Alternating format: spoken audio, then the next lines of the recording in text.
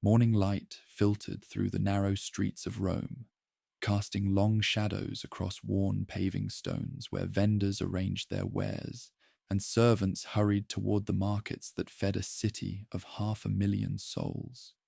In the tenement blocks that climbed the lower slopes of the Esquiline, families woke to routines unchanged for generations. The grinding of grain, the lighting of hearth fires, the murmured prayers before household shrines where ancestors received the devotions their descendants hoped might bring fortune's favor. Into this world of modest expectations and daily struggles, a child was born whose name would become synonymous with power, wielded without apology, and traditions restored through methods that tradition itself could never have sanctioned. Lucius Cornelius Sulla entered life in 138 BC, carrying a name that should have opened every door in Rome. The Cornelii ranked among the most ancient patrician families, their ancestors having held consulships and commanded armies since the Republic's earliest days. The branch called Sulla had produced its share of distinguished servants of the state, their achievements recorded in the annals that preserved Rome's memory of itself. Yet names alone could not pay debts or maintain the establishments that aristocratic dignity required, and the Sullae had fallen into a poverty that made their patrician status more burden than blessing. His father, whose name the sources have not preserved with certainty, left little beyond the bloodline that connected young Sulla to centuries of Roman history. The inheritance that should have provided estates and income sufficient for a senator's career amounted to almost nothing. Debts, perhaps, or properties so encumbered that their value disappeared into obligations accumulated through generations of declining fortune. The boy who bore one of Rome's proudest names would grow up in circumstances that contradicted everything that name was supposed to guarantee. The rented rooms where Sulla spent his childhood stood far from the grand houses on the Palatine, where families of similar antiquity displayed the wealth that political success had brought their ancestors. He lived among freedmen and craftsmen, actors and musicians, the varied population that filled Rome's insulae, without reference to the distinctions that shaped life in the Forum and Senate House. The experience of poverty amid nominal nobility produced perspectives that comfortable aristocrats could never have developed, an understanding of how most Romans actually lived, combined with awareness of the gap between his circumstances and his birthright. Education came despite limited resources, his family's remaining connections perhaps securing access to tutors whose instruction would otherwise have been beyond reach. Greek literature captured young Sulla's imagination with particular force. The tragedies and comedies that Athenian playwrights had composed centuries earlier, speaking to sensibilities that Roman severity often failed to satisfy. He learned the language well enough to move easily among Greek speakers, his fluency eventually enabling conversations with philosophers and poets whose company he would seek throughout his life. The theatre became more than artistic interest for a young man whose circumstances encouraged unconventional associations. Actors occupied ambiguous positions in Roman society, admired for their talents, yet socially marginalized by respectable opinion, that considered performance inherently degrading. Sulla moved among these entertainers with an ease that his patrician status might have been expected to prevent, his friendships crossing boundaries that more conventional aristocrats would have maintained. The experience taught him to read character, to appreciate the gap between public presentation and private reality, to understand that masks could serve purposes beyond the stage. His appearance set him apart in ways that observers found memorable enough to record for posterity. Hair of an unusual golden red color, crowned features dominated by piercing blue-gray eyes, whose gaze contemporaries found difficult to meet. His complexion displayed the mottled quality that some interpreted as marks of divine favor, and others attributed to less elevated causes. The overall effect combined beauty with something unsettling, an intensity that attracted and disturbed in roughly equal measure, that announced the presence of someone whose nature defied easy categorization. Fortune intervened through sources that conventional morality preferred not to examine too closely. Sulla's stepmother, whose relationship to his family the sources do not clarify, left him an inheritance that provided the financial foundation his father had failed to supply. Additional wealth came from Nicopolis, a courtesan whose affection for the young patrician found expression in a bequest that shocked those who believed bloodlines should determine economic outcomes. These inheritances from women operating outside respectable boundaries gave Sulla the resources to pursue the career his birth demanded, but his circumstances had seemed to preclude. Rome itself was changing during the years when Sulla's character took shape, though the transformations proceeded gradually enough that contemporaries often failed to recognize their significance. The conquests that had made Rome master of the Mediterranean had produced wealth beyond anything earlier generations had imagined, its distribution creating inequalities that strained social bonds traditionally binding rich and poor. Italian allies who had fought beside Roman legions for generations demanded citizenship that would give them voices in decisions affecting their lives. Slaves imported by the hundreds of thousands from conquered territories performed labor that had once occupied free farmers, their presence transforming both the economy and the anxieties of those who wondered what might happen if such multitudes ever turned against their masters. The political competitions that had always characterized Roman public life were acquiring an intensity that older customs could not easily contain. Tribunes who championed popular causes faced opposition from senators who defended prerogatives that tradition had sanctified. Generals whose conquests had enriched the state discovered that the soldiers who had won those victories expected rewards that civilian politicians proved reluctant to provide. The system that had conquered the world was proving inadequate to govern the empire that conquest had created, though no one yet understood how fundamentally the old arrangements would have to change. Sulla observed these developments with the attention of someone whose future depended on understanding currents that might carry him toward success or sweep him into oblivion. His poverty had taught him patience. His education had provided frameworks for analyzing what he observed, and his unconventional associations had freed him from assumptions that limited the vision of more sheltered aristocrats. He watched the great men of his youth, Marius rising through military distinction, Saturninus wielding tribunician power, the Optimates defending senatorial privilege, and drew conclusions about how power actually functioned beneath the constitutional forms that Romans treated as eternal. The path into public life required resources that Sulla now possessed, and connections that his family's name could still provide, despite its diminished circumstances. Military service offered the traditional route for young men seeking to establish reputations that would support eventual pursuit of magistracies. The campaigns against Rome's enemies providing opportunities to demonstrate qualities that voters would later reward. The question was where and under whom to serve, which conflicts offered the best prospects for the advancement that Sulla's ambitions required. Africa beckoned with a war whose conduct had become as controversial as its origins. Jugurtha, king of Numidia, had maintained his throne despite Roman opposition through a combination of military skill and well-placed bribes that made the Senate's handling of the conflict a scandal that reformers exploited for political advantage. Gaius Marius, the new man from Arpinum, whose military abilities had carried him to the consulship despite his lack of noble ancestry, was preparing to take command of a war that his predecessors had managed badly. For a young patrician seeking opportunity, service under Marius offered possibilities that more prestigious but less promising assignments could not match.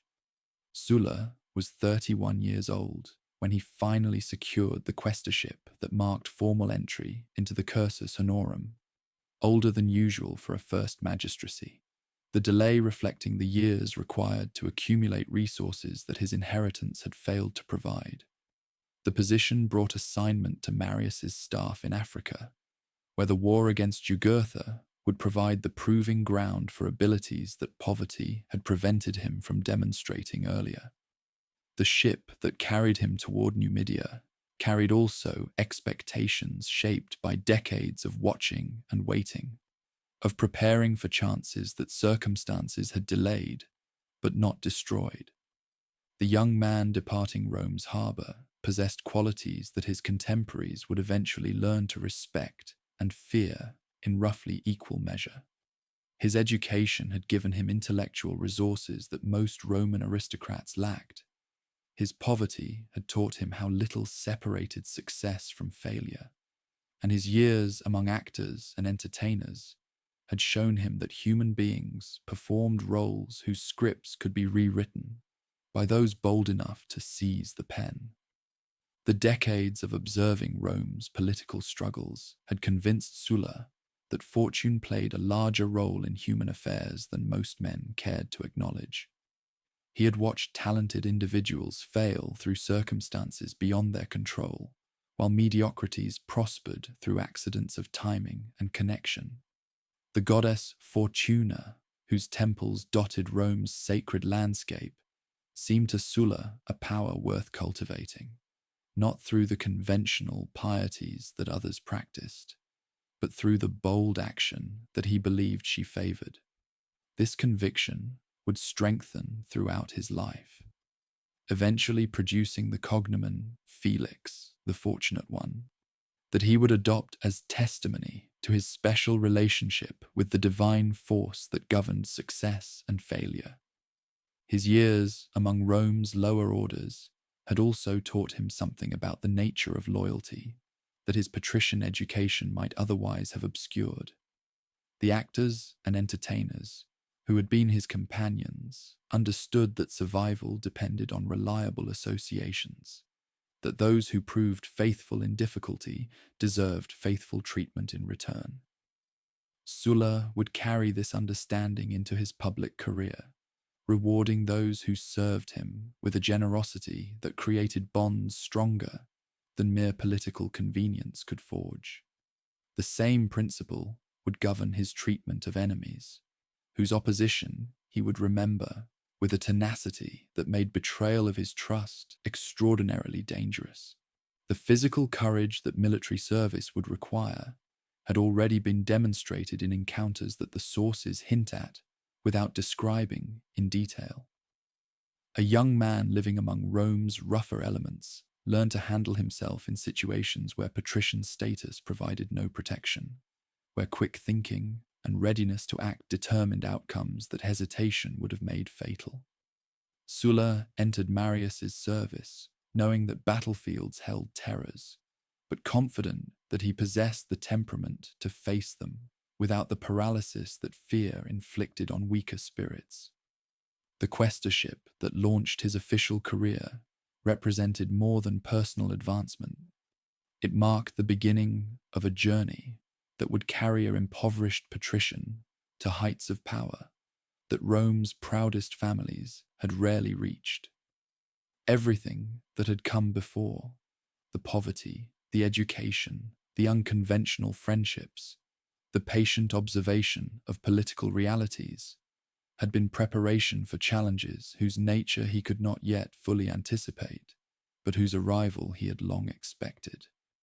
Africa awaited with its deserts and intrigues, its opportunities for the distinction that Sulla's ambitions required, and his circumstances had finally made possible to pursue. The war against Jugurtha would provide the first test of qualities that decades of Roman history would eventually illuminate, the opening act in a drama whose conclusion no one watching the young questor's departure could possibly have foreseen. The dictator who would reshape Rome was still hidden within the impoverished patrician sailing toward Numidia. But the elements from which that dictator would emerge were already present, awaiting only the opportunities that the coming decades would provide. The African coast materialized through morning haze as Sulla's vessel approached harbors where Roman supply ships had been delivering the materials of war for years, without producing the decisive results that the Senate demanded. The province of Africa stretched along the Mediterranean's southern shore, its coastal cities prospering through trade, while its interior dissolved into territories where Numidian cavalry could appear and vanish before Roman infantry could respond effectively. Jugurtha had exploited this geography with a cunning that had frustrated commander after commander, his kingdom surviving through mobility and local knowledge that compensated for the inferior resources his forces possessed. The landscape that greeted Sulla as he moved inland revealed a world utterly unlike the Italian countryside of his youth. Desert winds carried sand that worked into clothing and equipment, its constant presence a reminder that nature itself seemed hostile to the Roman presence. Yet between the arid expanses lay valleys where date palms clustered around springs, their green abundance startling against the brown monotony surrounding them. Distant hills shimmered in heat that made accurate observation difficult, their slopes perhaps concealing the enemy forces whose location Roman intelligence could never reliably determine. Gaius Marius commanded the army that Sulla joined with the mixed emotions of a patrician serving under a new man whose political career had been built partly on criticizing the aristocratic establishment that Sulla's family represented. The general from Arpinum had risen through abilities that could not be denied, rather than connections that birth provided, his consulship representing a triumph of merit over privilege that conservatives found deeply unsettling. Yet Marius possessed military talents that even his critics acknowledged, his reforms of army recruitment and organization demonstrating understanding of what Roman forces actually needed, rather than what tradition prescribed. The relationship between the patrician questor and his plebeian commander developed through the daily interactions that campaign conditions required. Sulla proved himself capable of the administrative duties his position demanded, managing supplies, maintaining records, ensuring that the complex logistics of army operations functioned smoothly, despite distances and difficulties that would have overwhelmed less organized minds. Marius noticed the competence that his subordinate displayed, the calm efficiency that distinguished Sulla's work from the performance of officers whose family connections had secured positions their abilities could not justify. Beyond administrative skill, Sulla demonstrated qualities that suggested potential for responsibilities, extending beyond a questor's normal duties. His ease with Greek language and culture proved valuable in negotiations with local leaders whose cooperation Roman strategy required. His ability to read character, developed through years among Rome's actors and entertainers, enabled assessments of reliability that purely military training could not have produced. Marius began entrusting his questor with missions whose success required diplomatic finesse, rather than martial prowess. The war's decisive moment emerged not through battlefield victory, but through the kind of patient negotiation at which Sulla excelled.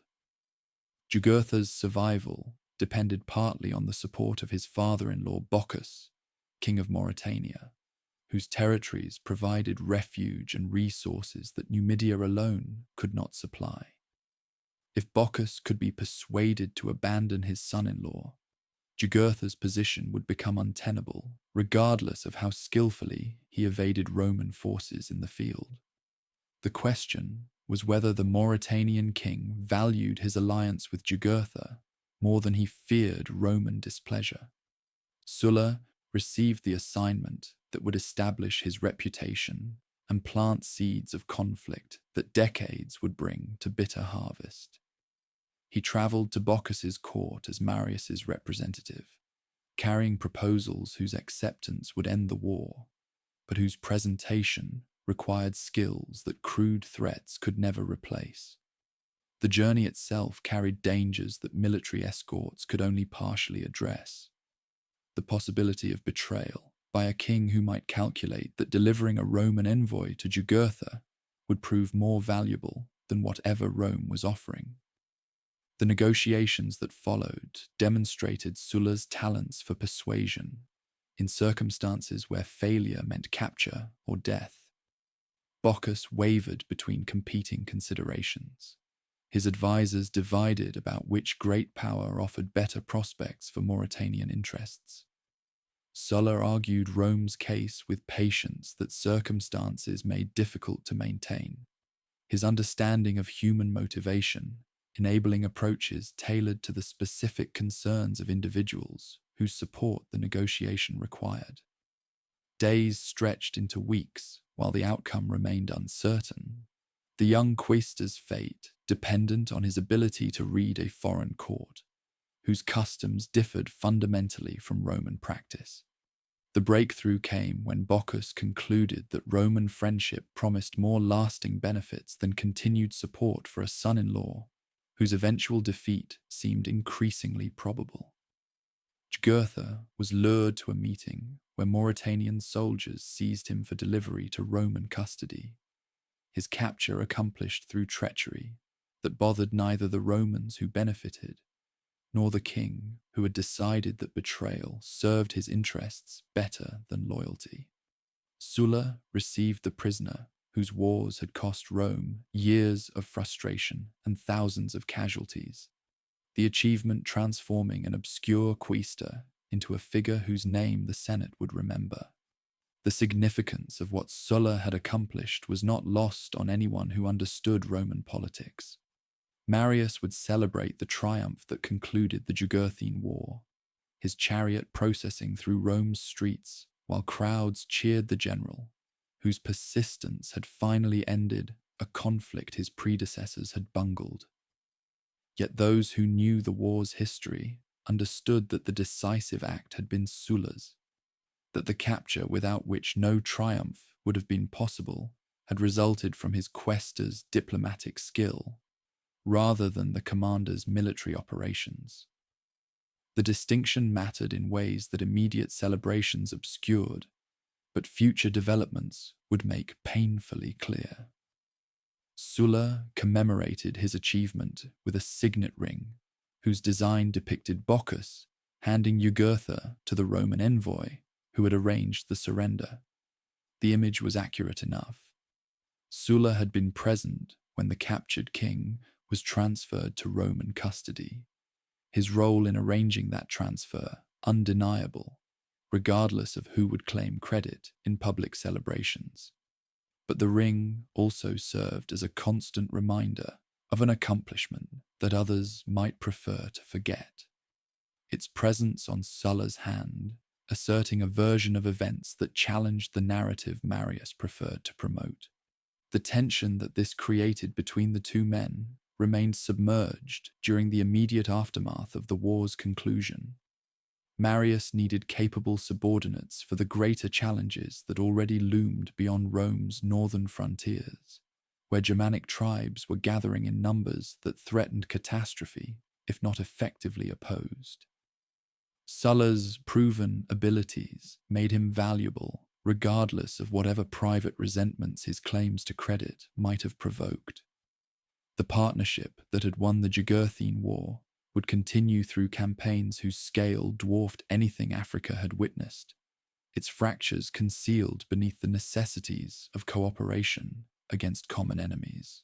Rome itself had changed during the years Sulla spent in Africa, though the transformations would only become fully apparent through events that his absence had prevented him from observing directly. The political competitions that had always characterized public life were acquiring an intensity that the Constitution's framers had never anticipated. Tribunes and senators wielding powers whose limits no one could precisely define against opponents whose resistance made every conflict potentially existential. The moderate consensus that had governed Roman politics for generations was breaking down, replaced by factional struggles whose participants increasingly viewed compromise as weakness rather than wisdom. Sulla returned to a city where his success against Jugurtha had established a reputation that his poverty would once have made impossible to achieve.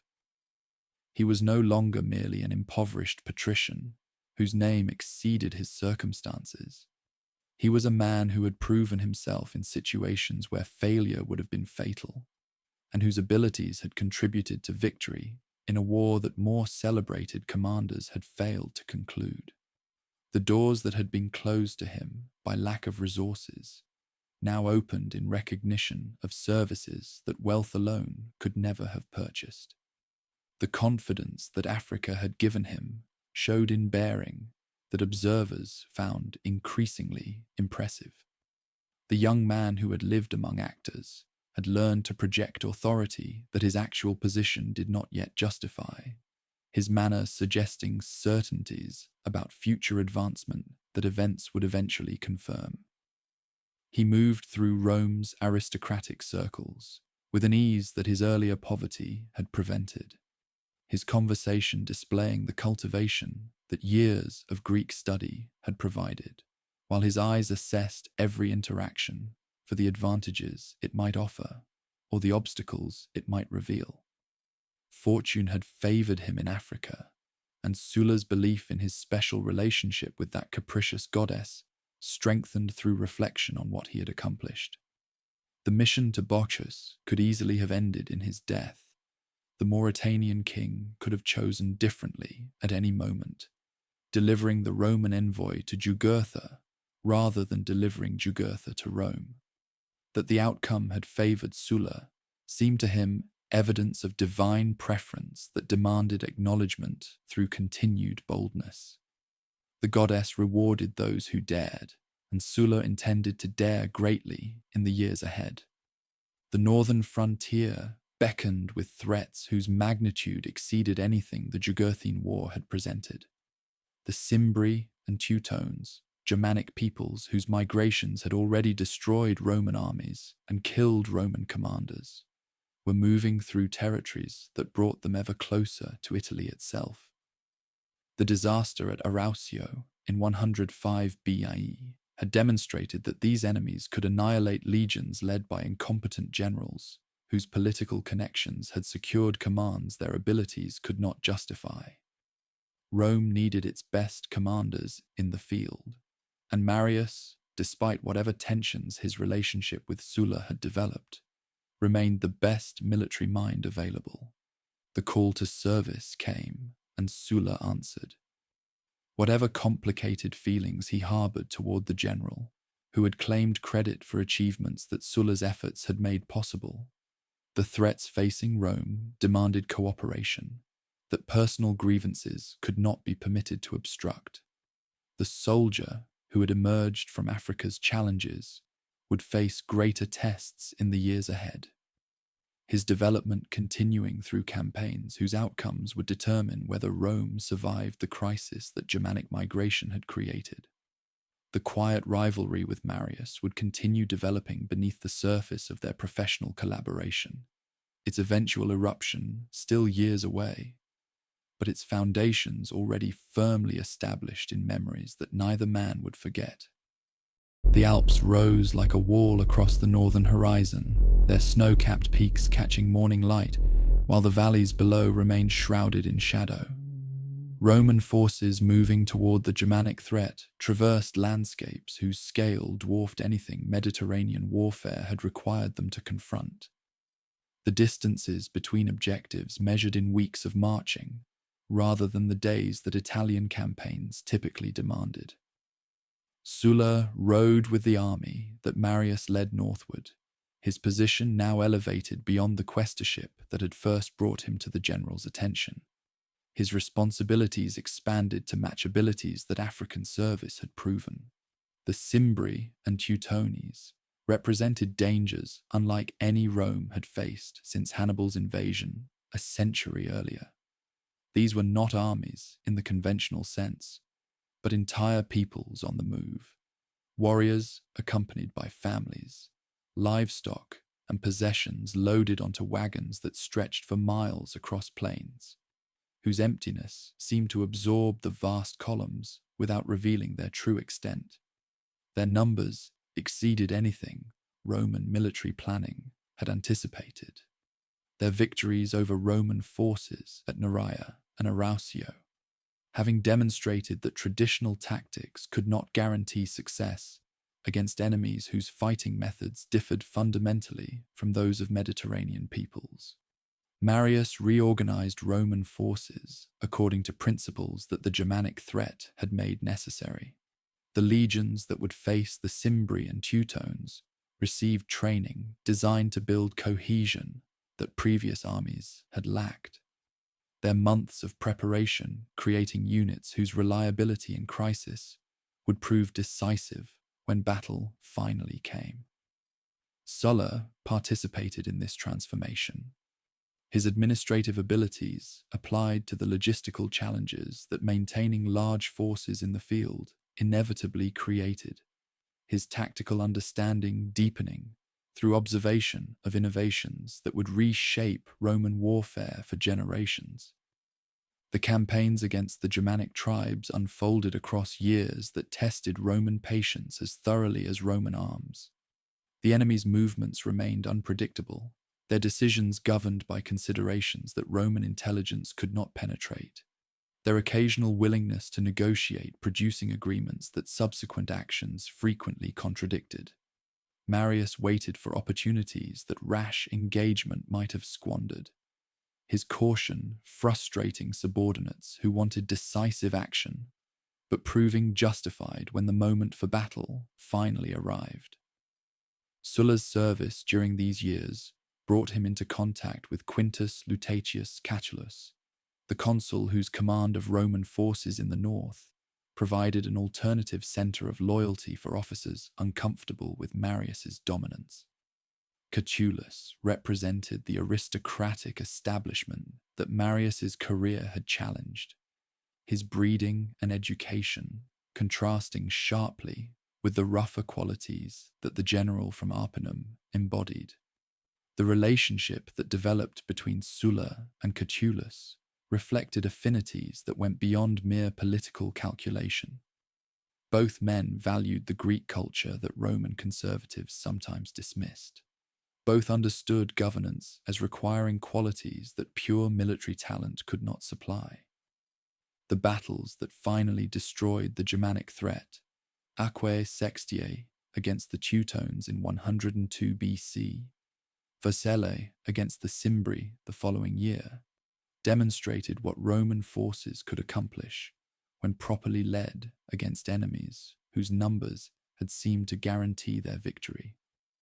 Marius received the credit that command entitled him to claim, his reputation reaching heights that made him the most celebrated Roman since Scipio Africanus. Yet those who had served through the campaigns understood that victory had required contributions from many hands, that subordinates like Sulla and Catulus had provided essential support without which even Marius's genius might have proved insufficient. The years following the Germanic wars found Sulla advancing through the cursus honorum at a pace that his earlier poverty had made impossible to anticipate.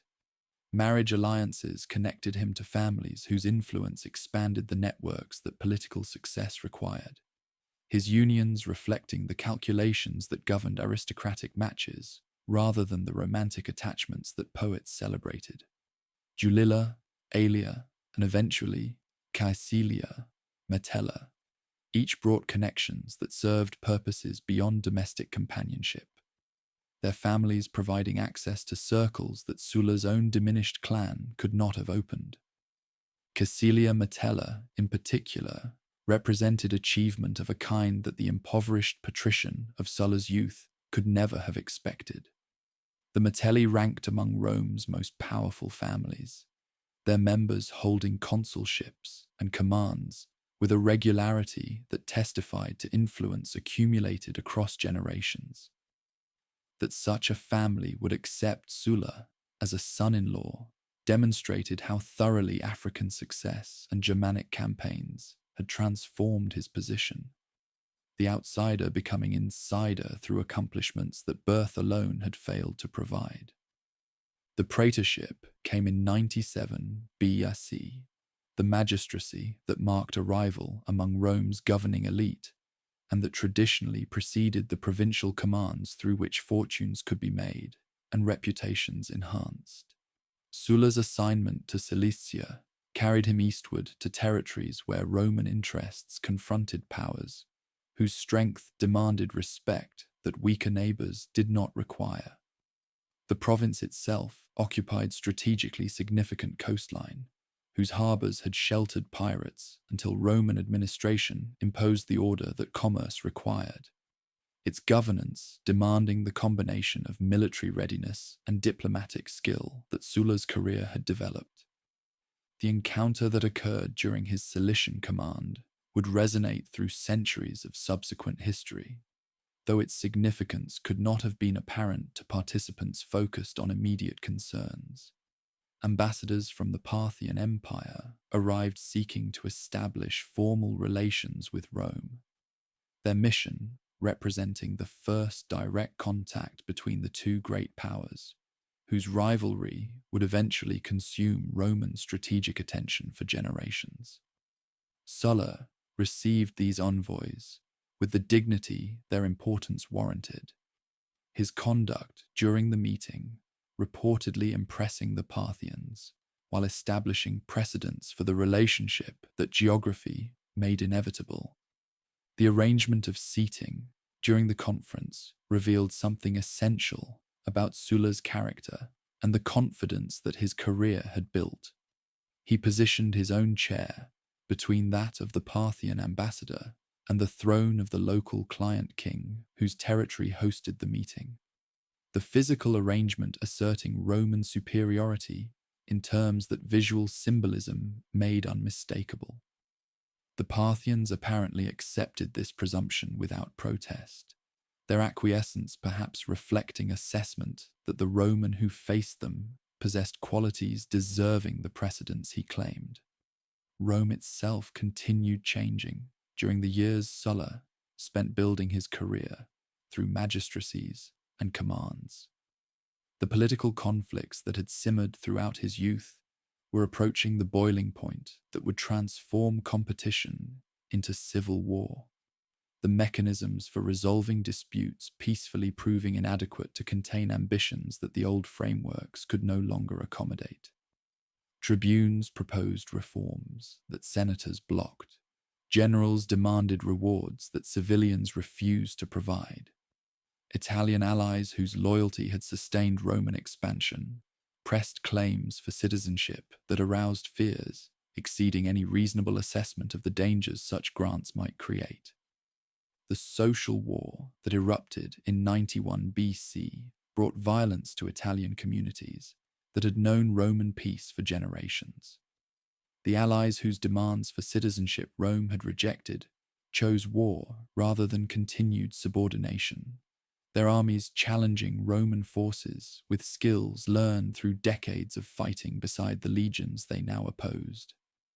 The conflict spread across the peninsula, its battles fought in landscapes where farmers had worked fields that now became killing grounds, its destruction falling on towns whose prosperity had depended on the stability that war had shattered.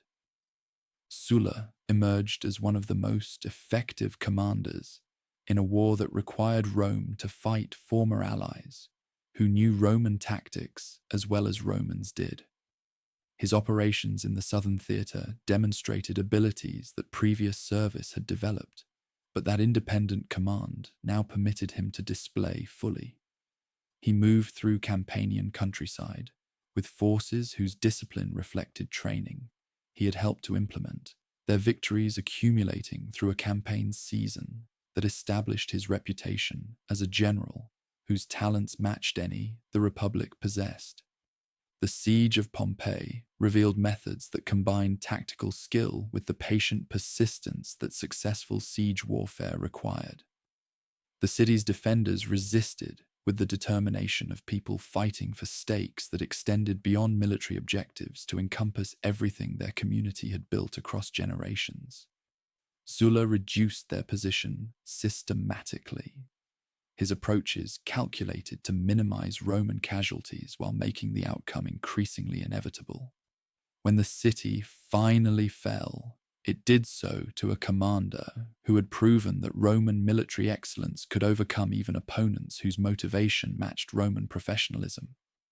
Nola and other rebel strongholds followed Pompeii into submission as Sulla's campaign extended through territories whose pacification the Senate desperately required. His successes contrasted sharply with the mixed results that other commanders achieved, the comparison enhancing a reputation that would soon produce rewards commensurate with services rendered. The young quaestor who had arranged Jugurtha's capture had become a general whose independent operations demonstrated capacity for the highest commands that Roman military organization provided. The consulship came in 88 BC, the supreme magistracy that Sulla's poverty had once seemed to place forever beyond his reach. He had risen through every obstacle that circumstances had created, his persistence overcoming disadvantages that would have defeated spirits less determined than his own. The office that his ancestors had held in the Republic's earlier centuries had returned to a branch of the Cornelia, whose decline had seemed permanent, its recovery testifying to individual achievement that family resources had failed to provide. Yet the consulship brought complications that mere victory in elections could not resolve. The Eastern crisis that Mithridates of Pontus had created demanded military response, and the command against this dangerous king became the prize for which Roman factions competed with intensity that overwhelmed constitutional restraints. Sulla's consular authority entitled him to expect the assignment, but Marius, aging now yet still hungry for the glory that Eastern conquest might provide, schemed to claim for himself the command that legal procedure had designated for another. The rivalry that had simmered since African days was about to erupt into conflict that would reshape Rome more fundamentally than any foreign war could accomplish. The quiet tension between two proud men had reached the point where accommodation was no longer possible, where one must triumph completely or see everything he had built destroyed by his opponent's success. The consul who had risen from poverty through talent and determination faced the choice that circumstances had made unavoidable: accept displacement from a command that was rightfully his, or take actions that Roman tradition had never sanctioned and that Roman history would never forget. The tribune, Publius Sulpicius Rufus, had aligned himself with Marius through calculations that combined genuine reform ambitions with the advantages that association with Rome's most celebrated general might provide. His legislation, transferring the Mithridatic command from Sulla to Marius, violated no explicit law. Tribunes possessed authority to propose measures that the assembly could approve, regardless of what consuls or senate might prefer. Yet the transfer struck at understandings about how commands were assigned that had governed Roman practice for generations, its passage representing triumph of factional interest over constitutional convention. Sulla received news of the transfer at Nola, where his legions were completing operations against Italian rebels, whose resistance continued despite the general Roman pacification. The army camped around him had followed his commands through months of difficult campaigning, their loyalty earned through shared hardship and the victories that his leadership had produced. These soldiers understood that the Mithridatic command promised wealth that Italian warfare could never provide. Eastern kings possessed treasures that would flow to the legions that defeated them, their capture transforming ordinary soldiers into men of means. The transfer threatened to redirect those rewards toward Marius's followers, leaving Sulla's veterans with nothing to show for their service, except the modest compensations that concluded campaigns typically produced. The decision that followed would echo through Roman history as the moment when military force first turned directly against the Republic's civilian government. Sulla assembled his officers and presented the situation in terms that emphasized the injustice they had suffered, rather than the constitutional crisis his proposed response would create. Most of those officers refused to participate in what they recognized as an assault on Rome itself, their hesitation reflecting awareness that the precedent being set could eventually be turned against anyone who established it. Only one quaestor agreed to accompany Sulla on the march that transformed a political dispute into armed confrontation. The legions moved northward through Italian countryside, whose tranquility contrasted sharply with the unprecedented nature of their mission. These were roads that armies had traveled countless times before, their passage unremarkable to farmers who watched columns march past fields where crops grew without reference to the political storms gathering around them. Yet this march was different from any that had preceded it.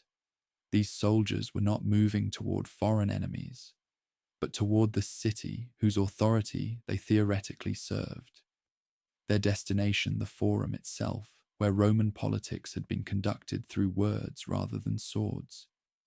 Rome experienced the approach of Sulla's forces as a crisis whose resolution no one could predict.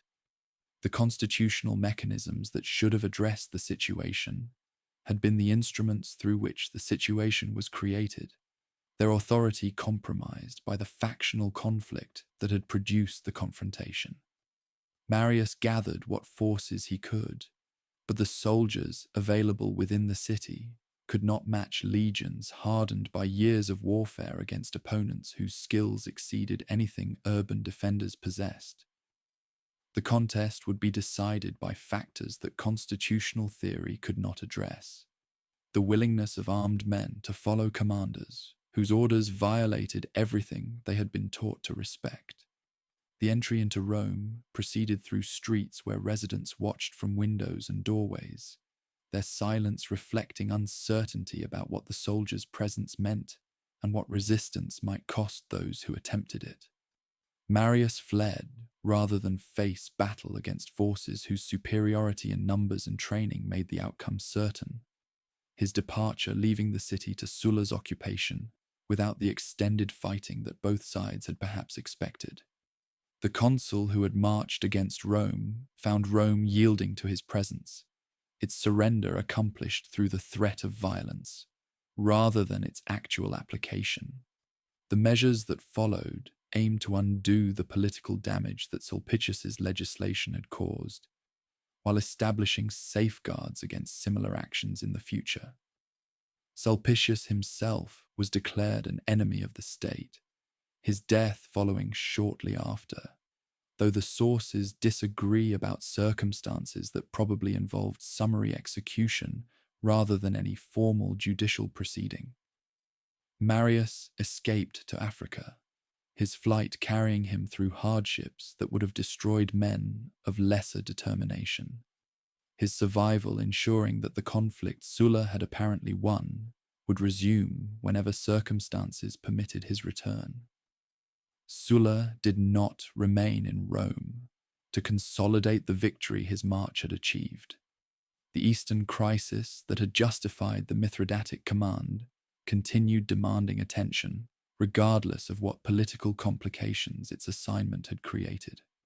Mithridates, the sixth of Pontus, had seized Roman provinces, massacred Italian residents by the tens of thousands, and established control over territories whose wealth had long flowed into Roman treasuries. The king who had dared such actions required the response that Sulla's military abilities could provide, whatever chaos his departure might allow to develop in a Rome whose political situation remained fundamentally unresolved. The voyage eastward carried Sulla across waters whose blue depths hid no hint of the storms that political developments would soon unleash behind him. Greece awaited, with landscapes whose beauty had drawn Roman admiration since the conquest that had brought these ancient territories under Italian control. Athens itself, that city whose cultural achievements Rome had absorbed while reducing its political independence to provincial subordination, had chosen to support Mithridates against Roman authority, a decision that would require consequences severe enough to discourage similar choices by other communities, calculating where their interests lay. The siege of Athens occupied the winter of 87 to 86 BC, its duration reflecting the difficulties that reducing a fortified city inevitably presented, even to forces whose eventual success seemed certain. Sulla's army surrounded walls that had sheltered Athenian civilization since the age of Pericles, their encirclement cutting supplies that the population within desperately required. The philosopher Aristion, who had led Athens into alliance with Mithridates, found his position deteriorating as food stocks dwindled and the suffering of ordinary citizens intensified beyond what political calculation could justify continuing. The sacred groves of the Academy and Lyceum provided timber for the siege works that Sulla's engineers constructed, their ancient trees felled without ceremony by soldiers who understood that military necessity overrode whatever reverence such places might otherwise deserve. The actions scandalized Greek sensibilities and troubled Romans whose education had taught them to honor the sites where Plato and Aristotle had taught. Sulla proceeded regardless, his pragmatism dismissing objections that could not affect outcomes and that sentiment alone could not justify. Athens fell in March of 86 BC, its walls breached by Roman persistence that months of resistance could delay but not ultimately prevent. The city that had contributed so much to civilization experienced the consequences that defiance of Roman power inevitably brought. Though Sulla restrained the worst impulses that victorious armies typically indulged, he reportedly declared that he spared the living for the sake of the dead, the philosophers and artists whose achievements merited consideration that their descendants' political choices had not earned. The destruction was severe, but not total, the city's survival ensuring that its cultural legacy would continue inspiring visitors for millennia after the siege had passed into history. The campaigns against Mithridates' forces in Greece proper demonstrated tactical abilities that previous commands had developed, but that independent operations against a major power now fully revealed. At Chaeronea, where Philip of Macedon had once ended Greek liberty, Sulla achieved victory against forces that significantly outnumbered his own, his dispositions exploiting terrain features that channeled the enemy's advantages into configurations that Roman discipline could overcome. The scythed chariots that Mithridates' general Archelaus deployed proved ineffective against legions trained to open ranks and let the fearsome vehicles pass harmlessly through, their psychological impact nullified by preparation that anticipated exactly such threats. Orchomenus followed with another victory, whose decisiveness confirmed that Mithridates' Greek adventure had ended in comprehensive failure. The king, who had dreamed of liberating the Greek world from Roman domination, found his armies destroyed, his garrisons isolated, and his hopes for Western expansion collapsing into the necessity of negotiating whatever terms the victor might be willing to offer. Sulla had accomplished in 2 campaigning seasons what the Eastern situation had seemed to require, his success establishing claims to recognition that Roman politics would eventually have to address. Yet news from Rome revealed that the political situation Sulla had left unresolved had deteriorated into catastrophe that made his eastern victories seem almost irrelevant. Cinna and Marius had seized control of the city during his absence, their return producing violence that exceeded anything Sulla's own occupation had involved. Marius's vengeance against enemies who had supported his exile found expression in executions that terrorized the aristocracy. The bodies of senators displayed publicly as warnings to any who might consider resistance. The seventh consulship that Marius claimed represented triumph, achieved through methods that made his previous career seem moderate by comparison. Marius died in January of 86 BC, his passing removing the personal rival whose enmity had shaped so much of Sulla's career, while leaving in power the faction that Marian dominance had created. Cinna controlled Rome through the years that Sulla spent completing his eastern campaigns. The government that had declared Sulla an enemy, maintaining authority that only his return with victorious legions could challenge. The civil conflict that the march on Rome had initiated was merely suspended, not resolved. Its resumption inevitable once Sulla completed the eastern business that currently demanded his attention. The Treaty of Dardanos in 85 BC concluded the war against Mithridates on terms that reflected Sulla's need to return westward, rather than the total victory that prolonged campaigning might have achieved. The Pontic king surrendered his conquests, paid indemnities, and returned to his ancestral territories. But he retained his throne and his army, his survival ensuring that future Roman commanders would face challenges that Sulla's urgency had prevented him from eliminating permanently. The settlement was pragmatic rather than complete, its compromises reflecting calculations that political necessity at home outweighed the advantages that continued eastern warfare might have produced. The provinces that Mithridates had seized during his brief ascendancy required reorganization that would restore Roman administration while addressing grievances that had made the king's initial success possible. Sulla imposed settlements designed to punish communities that had supported Mithridates while rewarding those whose loyalty to Rome had survived the crisis.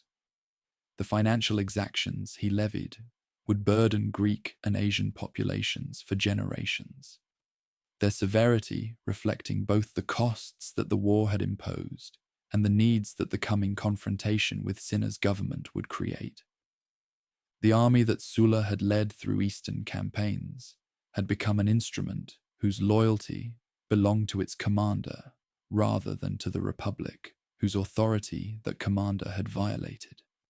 These soldiers had followed Sulla against Rome once already, their willingness to repeat that transgression proven by the march that had launched the current crisis.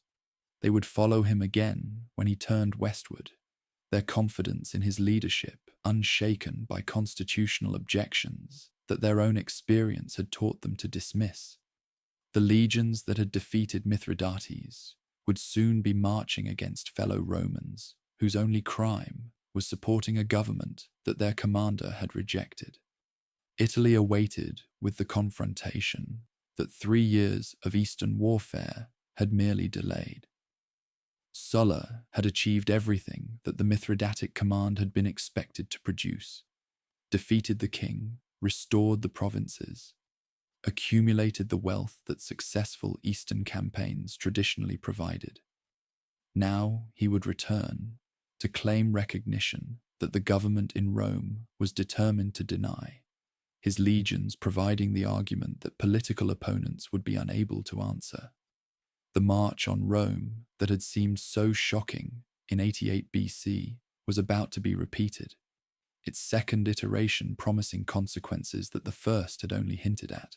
The harbour at Brundisium received Sulla's transports in the spring of 83 BC, their arrival marking the beginning of a campaign whose outcome would determine whether the Republic survived in any recognizable form or perished entirely in the flames of civil conflict.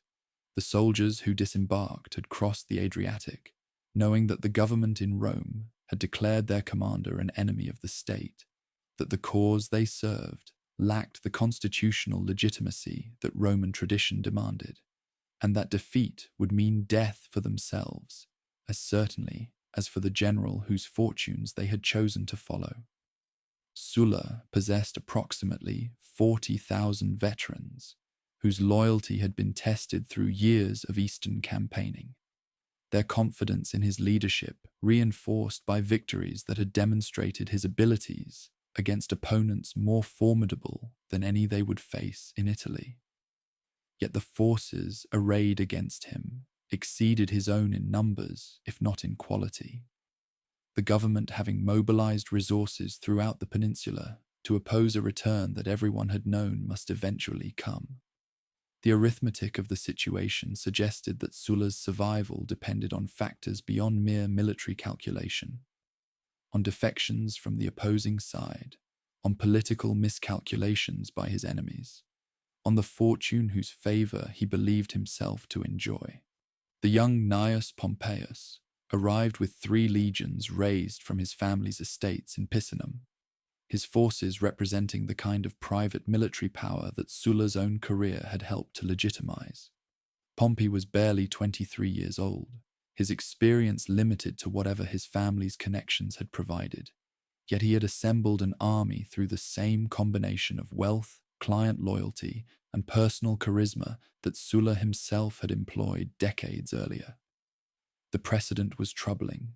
If young men could raise legions without authorization whenever they chose, the Republic's control over military force had effectively ended.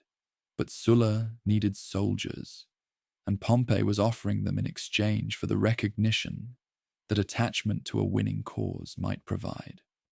Marcus Licinius Crassus brought resources of a different kind, his wealth providing the financial support that sustained military operations required.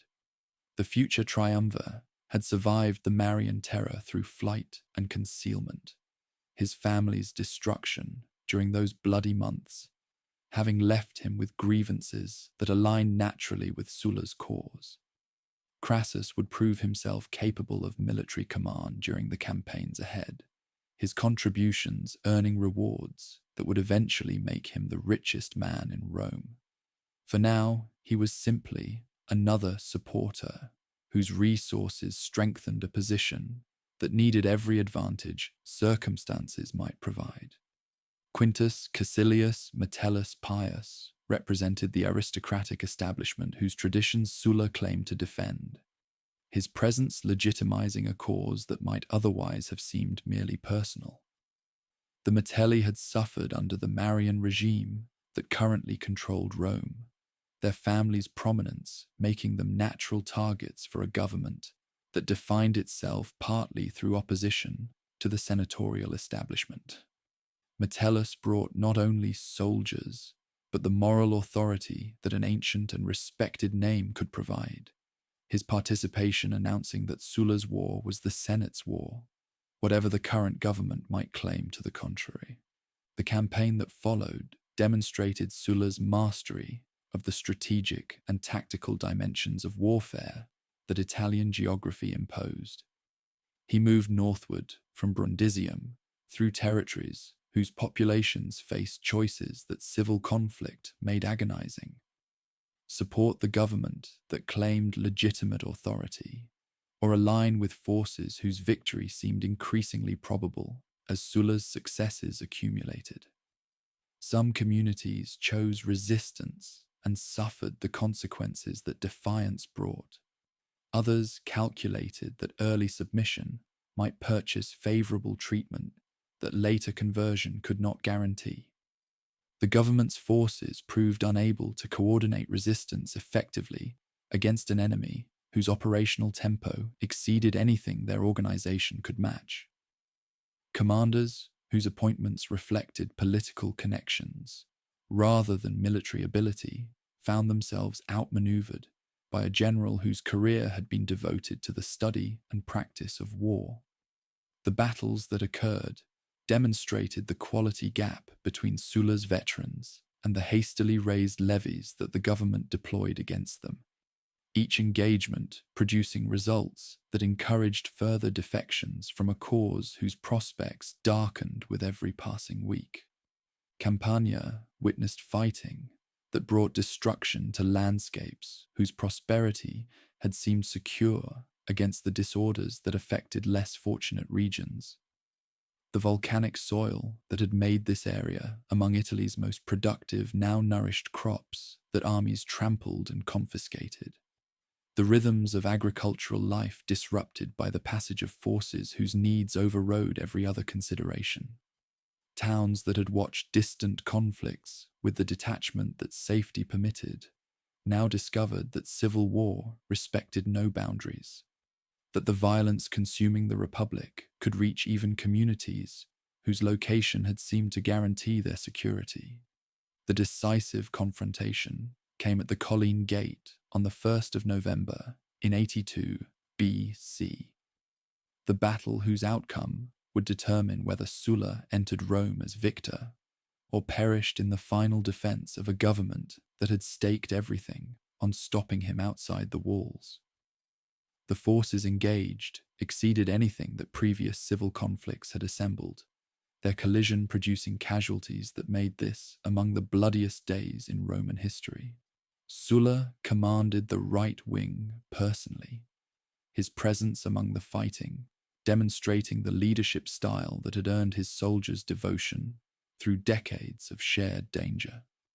The battle continued into darkness, its outcome remaining uncertain through hours when commanders on both sides must have wondered whether morning would bring victory or destruction.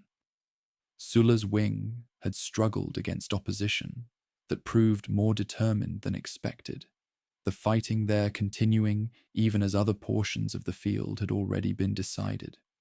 The night brought confusion that made assessment of the overall situation difficult, the fog of war obscuring developments whose significance would only become clear when daylight revealed the full scope of what had occurred. Morning confirmed that Sulla had won the victory, whose achievement had cost so much blood and uncertainty. The government's forces had broken during the night, their survivors fleeing or surrendering as the hopelessness of continued resistance became apparent. The prisoners taken numbered in the thousands, their fate awaiting decisions that the victor would make, according to calculations that mercy alone would not govern. Rome itself lay open to an army whose commander had been declared an enemy of the state he was about to enter as its master. The prescriptions that followed announced the nature of the regime that Sulla's victory had created.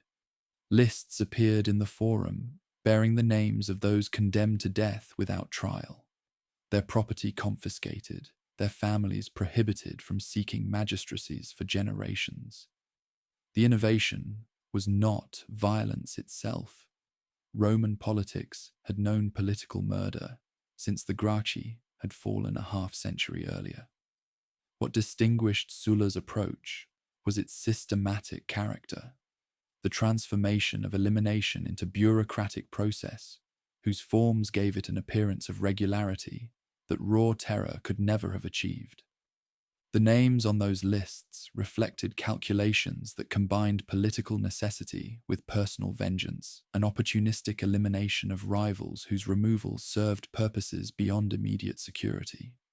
Enemies who had supported the Marian regime naturally appeared, their guilt consisting of loyalty to a government that Sulla had overthrown. But the lists also included men whose wealth attracted confiscation, regardless of their political activities, their deaths serving financial purposes that ideological justifications merely obscured.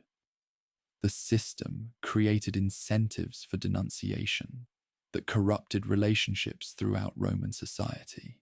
Neighbors discovering that accusations could prove profitable regardless of their truth. Sulla's defenders would later argue that the prescriptions, however terrible, were preferable to the uncontrolled violence that Marian terror had unleashed during the years of his absence. The lists at least provided notice. Those named could attempt flight before hunters arrived, their survival possible if speed and luck combined favorably. The Marian killings had offered no such warning, their victims falling to swords that struck without announcement and without the possibility of escape that published condemnation theoretically provided. Whether this distinction justified what occurred or merely rationalized it, subsequent generations would debate without reaching conclusions that satisfied everyone. The dictatorship that Sulla assumed formalized authority that military victory had already established in fact. The title itself was ancient, its constitutional basis dating to the Republic's earliest centuries, when crises had required concentration of power that normal magistracies could not provide. Previous dictators had held office for limited terms and specific purposes, their authority constrained by traditions that expected them to resign once emergencies had passed. Sulla's dictatorship acknowledged no such limits. He would hold power for as long as he determined necessary to accomplish the work of reconstruction that he believed the Republic required. The title he claimed specified purposes that mere emergency response could not have encompassed. Dictator legibus scribundis et re publicae constituendae.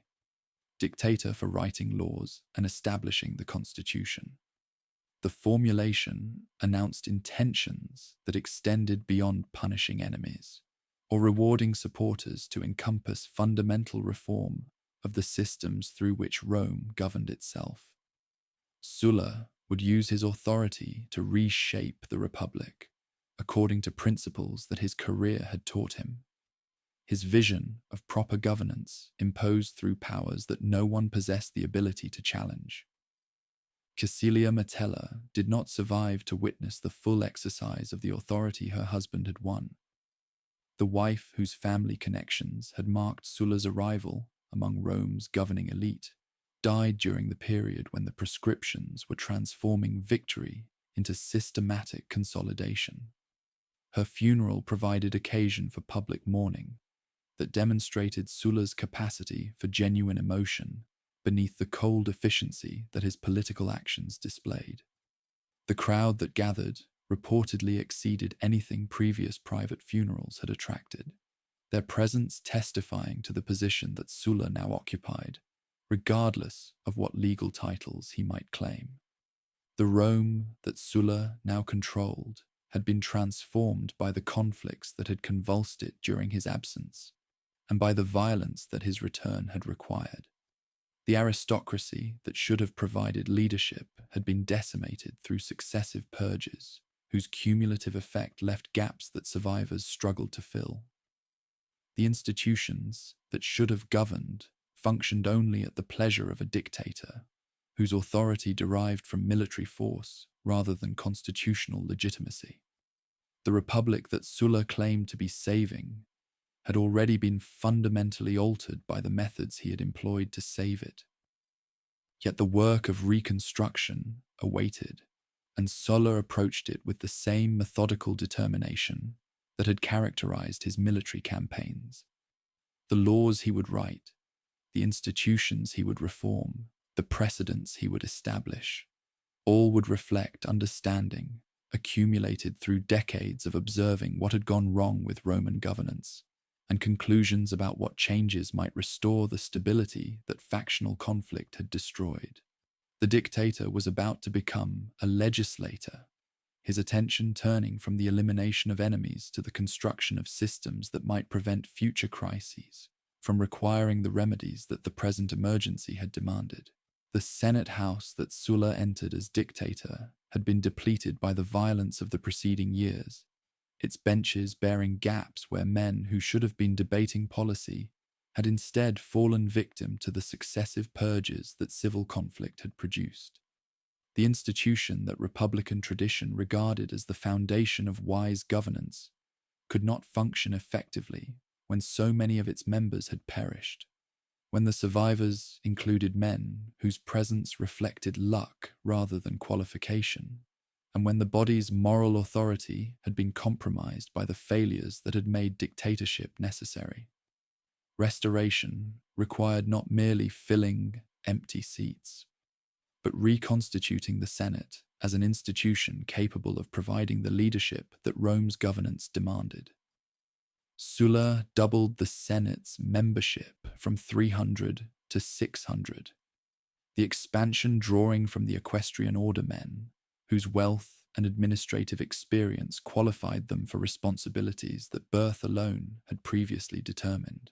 The reform addressed immediate practical needs while establishing precedents whose long-term implications extended beyond the circumstances that had prompted them. A larger Senate would prove more difficult for any individual to dominate, its expanded membership creating diversity of opinion that concentrated bodies could not sustain. Whether this diffusion of influence would strengthen the institution or merely dilute its effectiveness, subsequent generations would discover through experience that Sulla's lifetime could not encompass. The tribunate had been the instrument through which his enemies had attempted to strip him of the Mithridatic command, its powers wielded by Sulpicius in ways that demonstrated how easily popular authority could be turned against senatorial prerogatives. Sulla's reforms addressed this threat through restrictions that reduced the tribunes to shadows of what they had been during the Republic's contentious middle period. The legislative initiative that had made tribunes powerful was curtailed, their ability to propose measures limited by requirements for prior senatorial approval. Most significantly, those who held the tribunate were barred from subsequent magistracies, the prohibition ensuring that ambitious men would avoid an office whose tenure would terminate rather than advance their careers.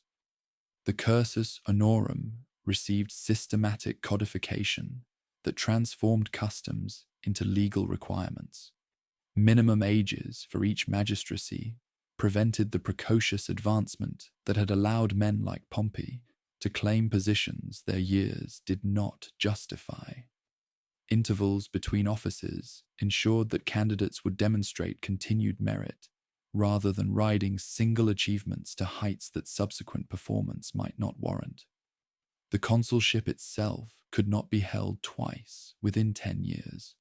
The restriction designed to prevent the repeated tenures that Marius had exploited to maintain dominance, that the constitution's framers had never intended any individual to enjoy. The courts that administered Roman justice received reorganization that expanded their number while clarifying their jurisdictions. The questiones perpetuae, standing courts established to handle specific categories of offences, multiplied under Sulla's reforms, their proceedings governed by detailed regulations that reduced the arbitrary discretion previous arrangements had permitted. Senators filled the jury panels that determined verdicts. The change-reversing reforms that had given equestrians judicial responsibilities and restoring to the aristocracy control over processes whose outcomes could determine political fortunes. The practical work of implementing these reforms required administrative attention that military command had never demanded. Laws needed drafting in language precise enough to accomplish intended purposes, without creating loopholes that clever advocates might exploit. Procedures required specification, detailed enough to guide officials whose understanding of reforming intentions might not match the sophistication that complex situations demanded. The dictator who had conquered the East now spent hours with legal experts whose skills differed fundamentally from those of the officers whose counsel he had relied upon during campaigns. Rome itself bore physical scars from the conflicts that had convulsed it, structures damaged during fighting requiring repair, while monuments to the old order stood as reminders of traditions that civil war had interrupted. The temple of Jupiter Capitolinus had burned in 83 BC, the fire consuming a building whose origins dated to the kings whose expulsion had founded the Republic.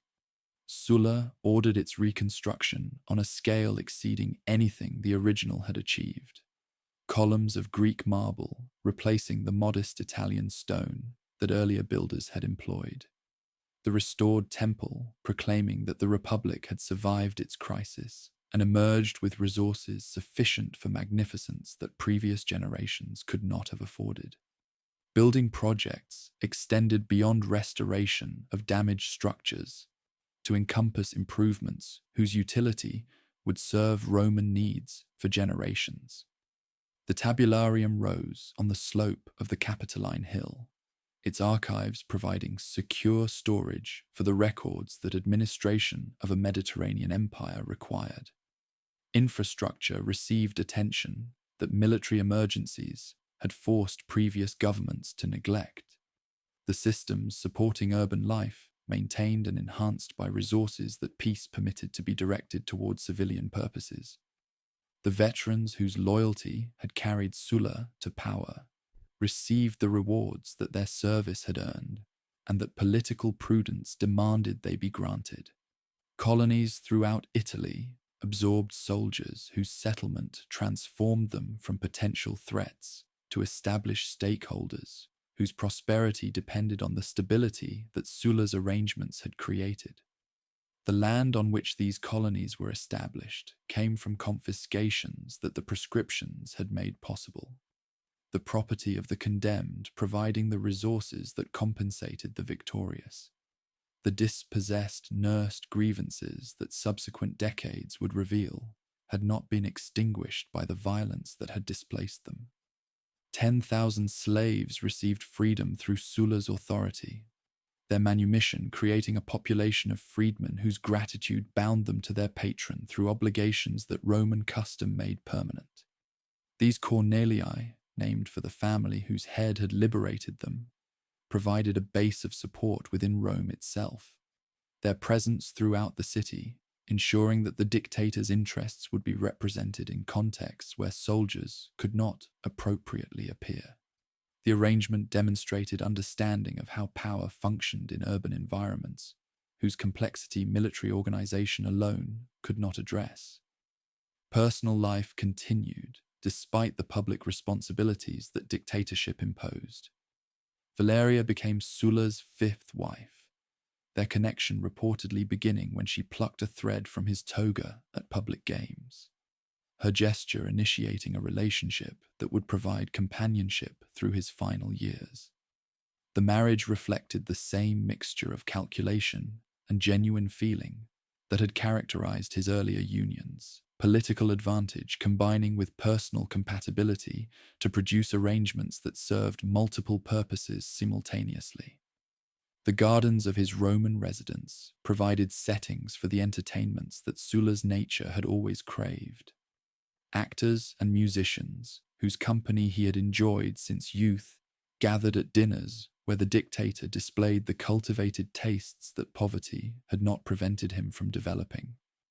Greek poets whose verses he admired received patronage that his current resources made possible, their art flourishing under protection that earlier circumstances had not permitted him to provide.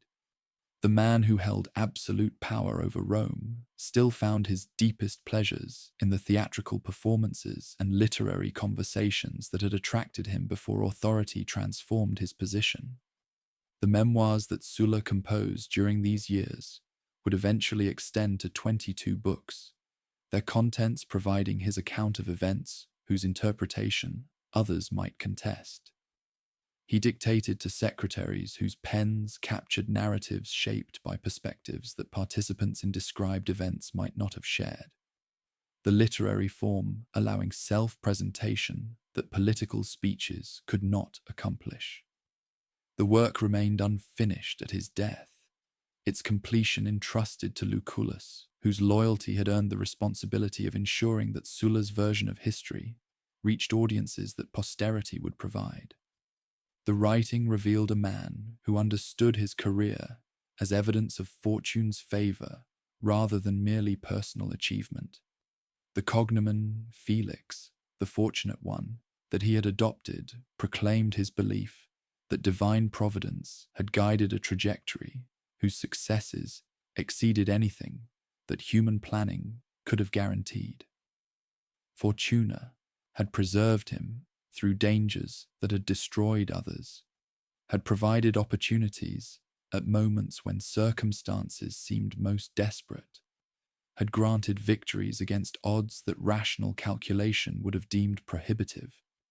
The goddess whose worship he encouraged deserved the credit that secular analysis might have attributed to skill and determination alone.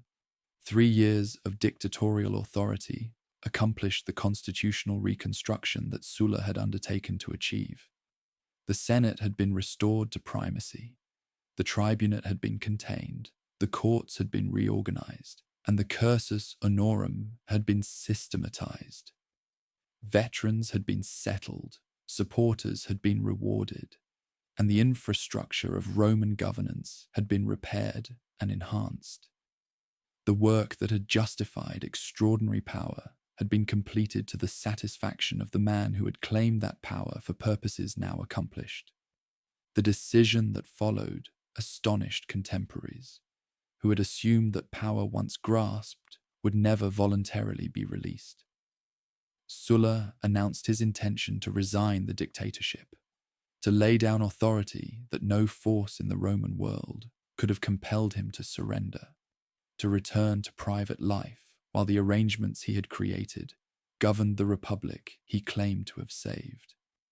The resignation would not merely end his tenure, but restore constitutional normality, the offices he had held reverting to the electoral competitions that republican tradition prescribed. Those who had trembled before his power struggled to comprehend a choice that seemed to contradict everything they understood about human nature and political ambition. Men who had achieved far less than Sulla had clung to far more modest positions, with determination that only death could overcome.